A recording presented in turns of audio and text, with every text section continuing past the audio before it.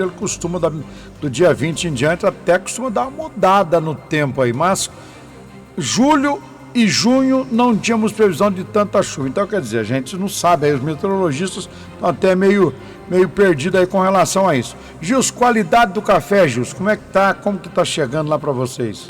Bom, Kid, inicialmente, em função do volume da chuva, como foi dito por você, imaginávamos e ainda imaginamos que essa qualidade seria muito inferior. E na prática, o que está se observando, e a gente vem conversando com vários classificadores, bem como também cooperativas, né, o pessoal do comércio, a qualidade não está tão ruim quanto se pregava a questão de 20 dias atrás. Já observa que não se tem tanto café ruim, né? Bem que também a gente tem que aguardar a varreção chegar. Mas, até o presente momento, a qualidade vem melhorando. A situação agora vem, as catações, a questão de fava vem melhorando.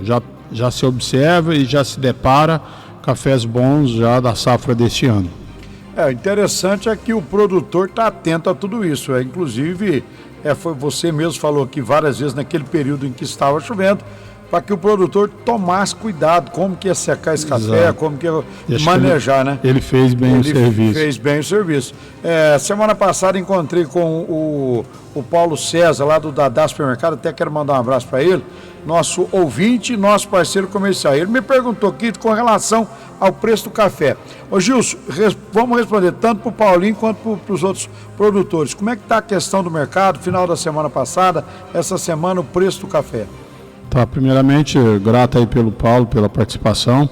Bom, assim, olhando o mercado, nós temos que analisar 3 grandes pontos importantes que vai formar daqui para frente, né? Primeiro é a questão da colheita, que a gente está tão ansiosos e preocupados em relação ao fluxo.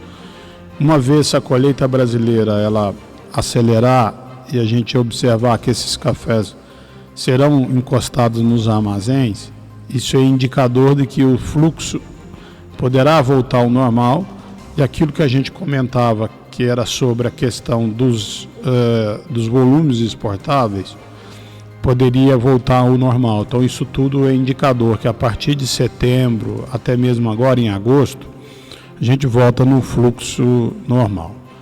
Então esse é um momento importantíssimo e o mercado vem segurando o preço, vem mantendo ele resistente, principalmente por esse motivo. A questão qualitativa, ela não interfere tanto, porque o que acontece dentro da questão qualitativa é a diferença do preço entre as qualidades. Ou seja, o café fino pode se distanciar muito mais em relação à segunda linha. É o que já está acontecendo. Começamos a safra do primeira linha para o segunda linha em torno de 10%, hoje chega a 25%, com tendência a ir para 30%. Pressionado por vários motivos. O principal é porque já encerrou a colheita do Conilon, do Robusta, e hoje o Robusta se negocia na casa de de 900 a R$1.000. O Arábica hoje se negocia entre 1.750 a 1.850. Então, assim, você observa que o preço está quase 25%, 30% em relação um ao outro. No passado isso era 10%, 5%, chegou o momento de estar próximo. Então esse é um ponto. Segundo ponto é a questão da formação para a safra 27. Sabemos que daqui para frente, ao encerrar a colheita brasileira, a gente se depara com a primeira florada. Tudo indica que as lavouras que não tiveram café, a partir do dia 15 de agosto, até encerrar o mês de agosto, devemos ter uma pequena florada. O mercado está de plantão em relação a essa expectativa de como vai comportar essas lavouras sobre o resultado da florada. Bem como também ele está acompanhando a questão climática em relação ao pegamento disso. A questão do El Niño é algo que preocupa muito.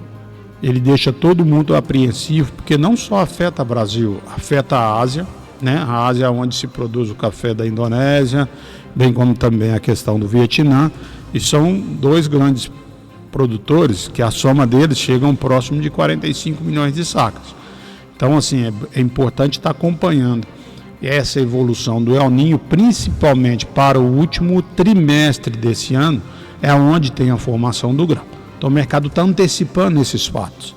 Então, esse é um motivo de suporte para o preço não ter uma derrocada tão grande no curto prazo. O terceiro, que ele diria mais para uma tendência de baixa, é olhando para o fluxo de oferta e demanda mundial.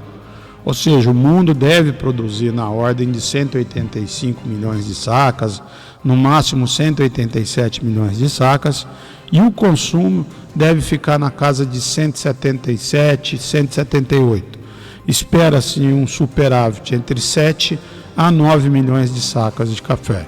Não é o suficiente para o mercado, ao médio e longo prazo, se desesperar. Tá? Contrário ao que está acontecendo no imediato. O mercado ontem, o mercado na semana passada, foi pressionado pelo motivo dos estoques internacionais estarem muito baixos. Ontem mesmo a alta foi praticamente porque os estoques anunciados pela Green Coffee Association, que o estoque estaria baixo, numa questão jamais se deparada a um estoque tão baixo. Mas, voltando àquilo que eu falei no início, das exportações brasileiras voltarem ao normal, tende a abastecer parcialmente esses estoques verdes nos países consumidores. Mas independente se esse estoque está lá fora ou está aqui na mão do produtor, a questão o mercado vai debruçar existe ou não existe café? E aí é o que está acontecendo da lavoura para os armazéns. A gente tem que ficar atento nisso. Então, em resumo, mercado no curto prazo é positivo, no médio prazo ele é lateral e no longo prazo é baixo. Olhando para aí 1, 2 semanas, acredito que o mercado é construtivo. Olhando para mais de 2 semanas, 3 meses, o mercado é de lateralidade. E olhando para a formação 27 e 28, o mercado é para baixo. Rapaz, que aula, que explicação que você deu aí, ó. Como se diz, para um bom entendedor está tudo certo, entendeu bem aí como é que está a questão do mercado de café. Ô Gilson, mercado futuro, o pessoal já tem buscado essa negociação, essa questão já da safra 27, 28, como é que está? Bom, Kidio, a questão 27 nós já tivemos negócios aí na casa de 1.800, 1.750 para 27. Para 28 não muito diferente disso também, 1.700, 1.720. A demanda ainda é muito baixa para essas operações. Nós temos lá nas safras essas operações diariamente.